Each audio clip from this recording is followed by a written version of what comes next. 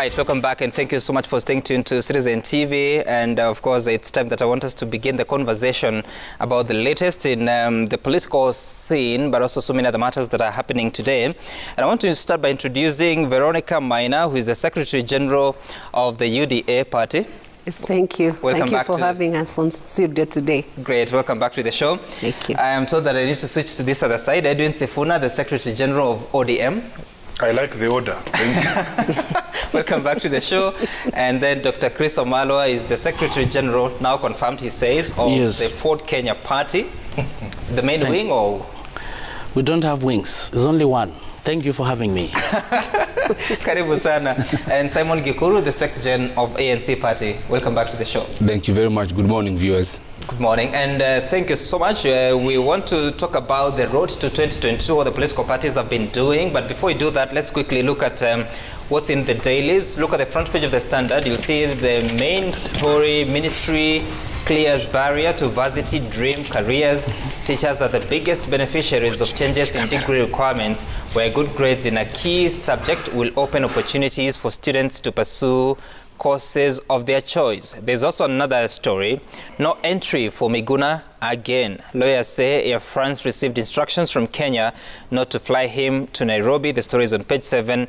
Then you'll see from the pitch to the dock. We are talking about FKF President Nick Mwendwa, as he was escorted to Milimani Court yesterday, where police sought to detain him for 14 days as they complete investigation into mismanagement of funds at the Federation. And of course, what transpired is that he was released on a cash bail of 4 million shillings, and that hearing will continue. Then on the front page of the Daily Nation, you see at the top, Ruto takes on Odinga allies in Mount Kenya region. He was in Meru County, making his speech for the 2022 presidential election. He'll be in that region for a couple of days. Then Coast ODM leaders nab Raila rallies. The story continues on page 5. He is on a coastal tour, I think a 3-day tour. And yesterday he was in Kilifi. The previous day he was in Lamu. And that tour again continues. Then a very important story: Kibaki at 90. Emilio Stanley Moi Kibaki marked his 90th birthday yesterday. Like any other day, a workout, a walk, catching up with news and reading books. And you'll see the story on page 3. At 90 years, Kibaki is still a role model for younger politicians. The ex-head of state launched his working life as an economics lecturer at Makerere University in 1960. At that time he was about 29. So let me begin with the one who is closest to that age. What are your reflections on President Kibaki as he marks 90, and what lessons are we learning as young people?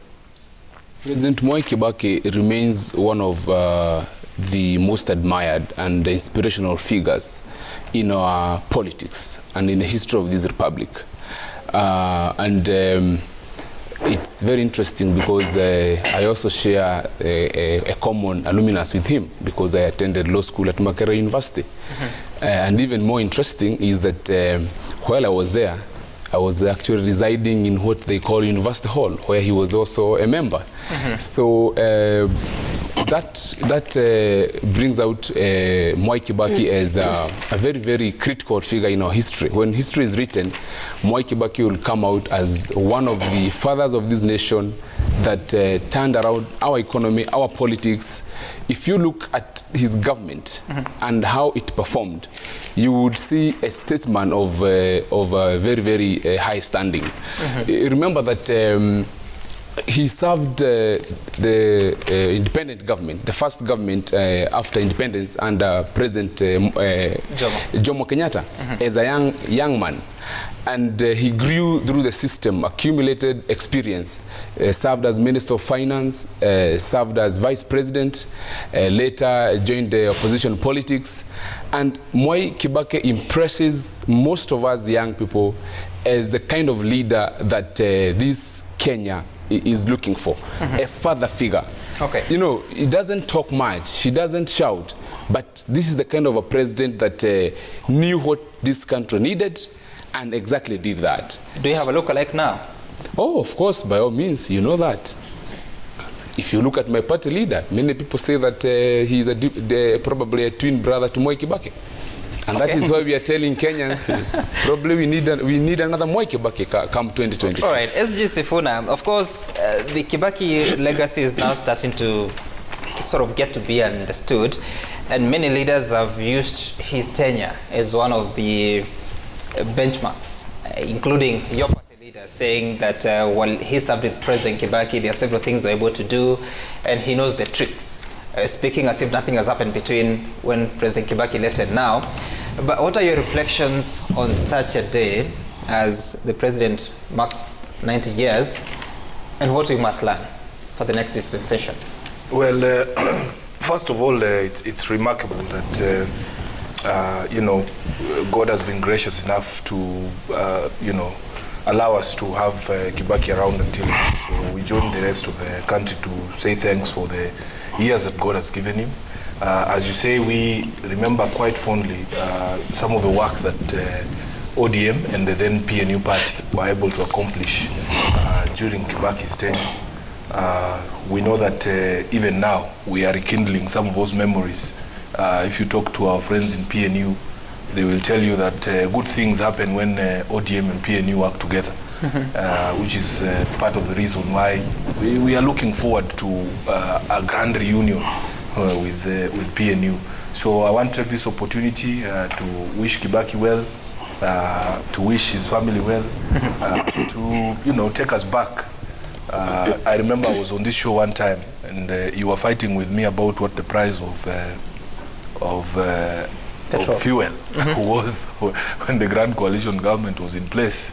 I'm sure now you've done your research. Maybe you can give us the actual figures. But Kenyans, it was not 45 shillings, like you said.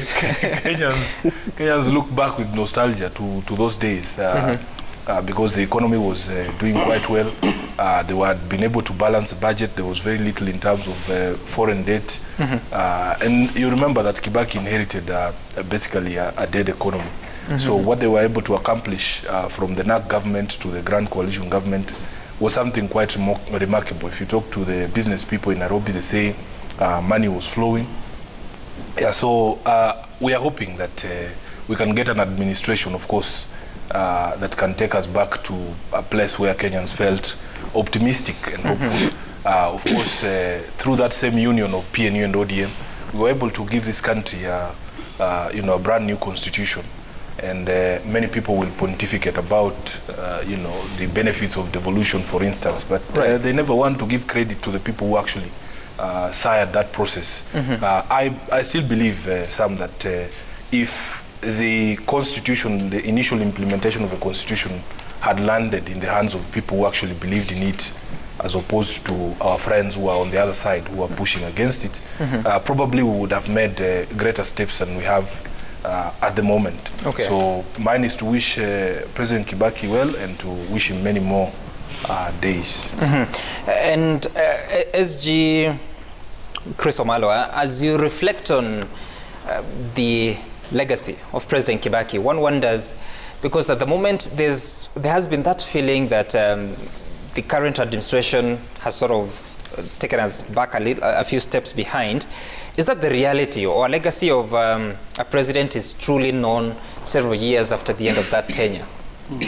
Thank you. First and foremost, allow me to send His Excellency Mwai Kibaki best wishes, his birthday, belatedly. As you know, when he was the president, his vice presidents were the late Wamalwa Kijana, who was the party leader of Ford Kenya, whereby I'm serving as the Secretary General of Ford Kenya. As you can see, I'm in green color, the colors of the party. In the relationship of the name, Wamalwa? No. Let's not go into the details. We come from the same region, and that's it. And we belong to Ford Kenya party, both of us. Now, legacy describes somebody, even if you are out of leadership. And Mwai Kibaki, you know, when he took over power in 2002, the GDP growth at that particular time, the economic growth was at negative. And he came up with ARS, the economic recovery strategies. At that time I was teaching. I was a lecturer at the University of Nairobi. I was not yet into politics. And what we remember about Mwai Kibaki is that he focused heavily on the economy, and he came up with this strategy of ARS, the economic recovery strategy. Remember, from ARS, he went to the Vision 2030. He's actually somebody who believes in planning. You know, there was a philosopher, American philosopher by the name Benjamin Franklin. Benjamin Franklin said, failing to plan is planning to fail. And Mwai Kibaki came up with a grand plan for this country, the Vision 2030. And that's why it is important for the leaders who are here today or who aspire to be the presidents, whatever they come up with, it should be in line with the Vision 2030. We remember that particular time when it comes to matters of public debt, which he did very well. At that time, the public debt, the ratio of the public debt to the GDP, I remember it was around 45%. And you know, the rule of thumb says that your public debt to the GDP should not go beyond 50%. At the moment, when you look at the public debt, the GDP of our country, we are in excess of, we're doing almost 80%. That tells you things are not very, very good. At that particular time, we also salute him when it comes to KRA. And they came up with a slogan, kulipa ushuru ni kujitegemea. He's somebody who believed in independence. And Kenyans were told to work. He also said, a healthy nation is a working nation. So we salute His Excellency, Mwai Kibaki. He brought Kenya to a bigger economic recovery. And as we speak right now, when you look at the current economic performance, it is actually not doing pretty well. So that's what I'm asking, because I remember a time when Kibaki was still president, people were saying that life is too unbearable. There were issues of cost of hunger. But now a few years later, people start to realize, I think he was a good person, he was a good leader. Could that be the same case when President Kenyatta's legacy is being assessed 7 years from now? If whoever will be coming will be worse, or whatever the case may be, you know, it depends with the situation. But at the moment, we still salute Kibaki, because when you look at the cost of living now, it's unbearable. If you look at the cost of fuel, the cost of food, the inflation during Kibaki's time, at least the common mwananchi could afford to have food on the table. At the moment, people are struggling. It's been worsened by the COVID-19. So really, when you compare the two regimes, you find the Kibaki one, the difference like day and night. Kibaki did very well. We salute him. And we request other coming presidential candidates to emulate what Kibaki had done, particularly when it comes to economic recovery and aspects of corruption. All right. And SG Veronica, you've been taking quite a bit of notes. You'll be sharing with us that. But also, you reflect on, since 2002, Mwai Kibaki was elected on NAC ticket. Yes. Come 2007, it was a shaky party. Yes. He was re-elected on a PNU ticket. After the 2013 election, I mean, you don't hear of PNU as you would that time. Then 2013, TNA, URP, they were merged into Jubilee. Yes. Now Jubilee is not as strong as it was in 2017. Now we're getting into another election. What happens to parties that win power, and what makes them not live beyond those terms? I think before I answer that question, let me wish a belated happy birthday to His Excellency, the former President, Mwai Kibaki. He's a father to this nation. He did very well in moving the economy, just like my colleagues have stated. And we honor him because he was such a pillar to this nation. He took up power when people were devastated. They almost felt hopeless. They felt as though there was no brighter day. And his reign was marked with such calmness in the business environment. The economic environment was tweaked to a level where we had thriving micro and macro, medium-sized enterprises. There was such a business environment. It enthused a lot of confidence even for investors. And I believe during Mwai Kibaki's tenure, that's when a lot of infrastructure was laid and allowed connectivity and opening the nation to enable a thriving environment. Even in agriculture, produce could be moved from one area to the other, and for the first time we had the road infrastructure being repaired, and places that were not passable before were able to be accessed by common mwananchi. So I would say he's one of the leaders who must speak into the future. His style of leadership was very inspiring, and even the political environment was actually very good during Kibaki's time, Mwai Kibaki's time, because he afforded a space for everybody to express themselves.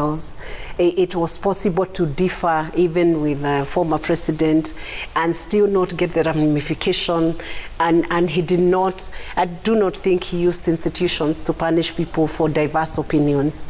So I think his style of leadership is something that everybody needs to watch.